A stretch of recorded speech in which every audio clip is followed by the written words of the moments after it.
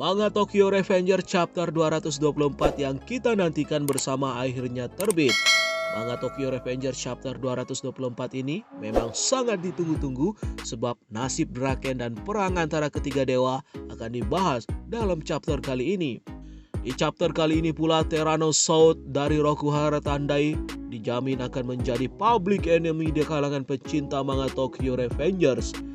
Penasaran dengan isinya? Berikut adalah pembahasannya. Panel pembuka di manga Tokyo Revenger Chapter 224 ini akan menampilkan situasi di markas Rokuhara Tandai. Diceritakan bahwa keempat orang yang menembak Draken sudah tiba kembali di markas mereka dan melaporkan perbuatan mereka yang menembak Draken. Di awal, Saut tampak marah dan menghajar keempat orang tersebut hingga tergeletak di tanah berdarah-darah. Di markas tersebut kita juga dapat melihat sosok Kokucho dan Kanji Mochizuki yang hanya menonton keganasan Saut menghajar anggota Rokuhara tersebut. Saut terlihat meneriaki mereka mengenai mengapa mereka menembak Draken dan bertindak sejauh itu. "Kerja bagus," kata Saut sambil tersenyum dengan menunjukkan wajah psikopatnya. Panel lalu berganti menunjukkan keadaan di taman hiburan di mana Takemichi dan Senju berdiri di tengah hujan. Senju nampak mencoba berkali-kali memanggil Takemichi, namun Takemichi nampak hanya diam.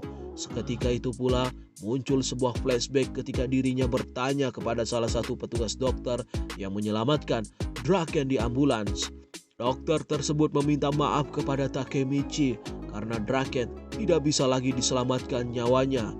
Kembali ke Senju, kali ini ia memanggil Takemichi dengan lebih keras yang akhirnya membuat Takemichi sadar dari lamunannya.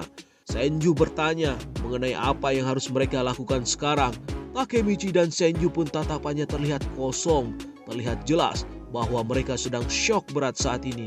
Saat itu seseorang berteriak memanggil nama Senju. Ternyata dia adalah Akashi Takeomi. Takeomi langsung bertanya apa benar Draken tertembak. Dari raut wajah Senju dan Takemichi, Takeomi sudah bisa menyimpulkan jawabannya. Ia pun langsung berniat membalas dendam kepada Rokuhara. Senju nampaknya tidak setuju dengan usulan Takeomi. Sementara Takeomi langsung menyuruh Benkei untuk menyiapkan pasukan. Senju pun berkata bahwa Takeomi sudah gila dan tidak mungkin mereka akan berperang di hari kematian Draken. Namun Takeomi balik bertanya mengenai kapan waktunya mereka akan bertindak, kalau tidak malam itu juga. Senju pun kekeh untuk tidak bertarung malam itu. Di sisi lain Takeomi pun kekeh untuk segera bertindak ketimbang hanya berdiam diri tidak melakukan apapun. Takeomi lalu berkata kepada Senju kalau mulai dari sekarang pertarungan sudah bukan untuk memperebutkan posisi nomor 1 lagi, melainkan sebuah pertumpahan darah. Senju pun terdiam mendengar perkataan Takeomi tersebut.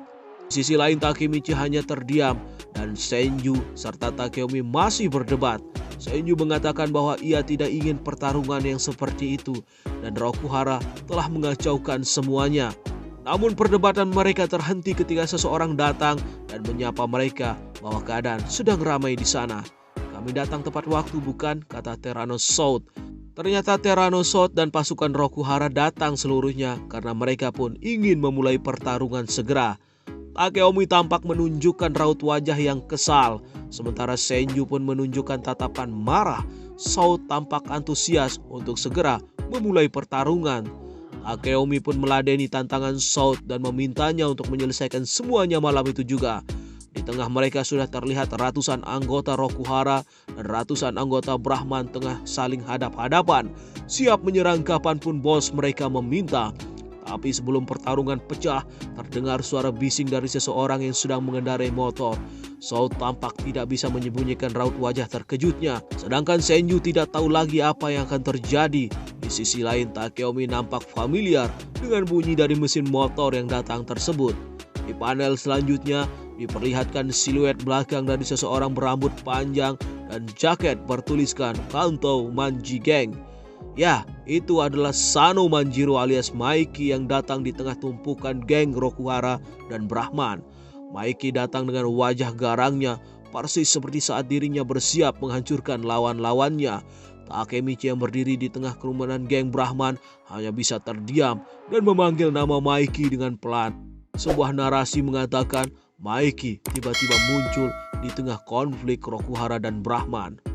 Nah, itulah yang menjadi ending dari manga Tokyo Revenger chapter 224 kali ini. Dan apabila teman-teman ingin menyaksikan manga Tokyo Revenger chapter 224 dalam versi bahasa Inggrisnya, kalian bisa mengunjungi situs-situs kesayangan Anda.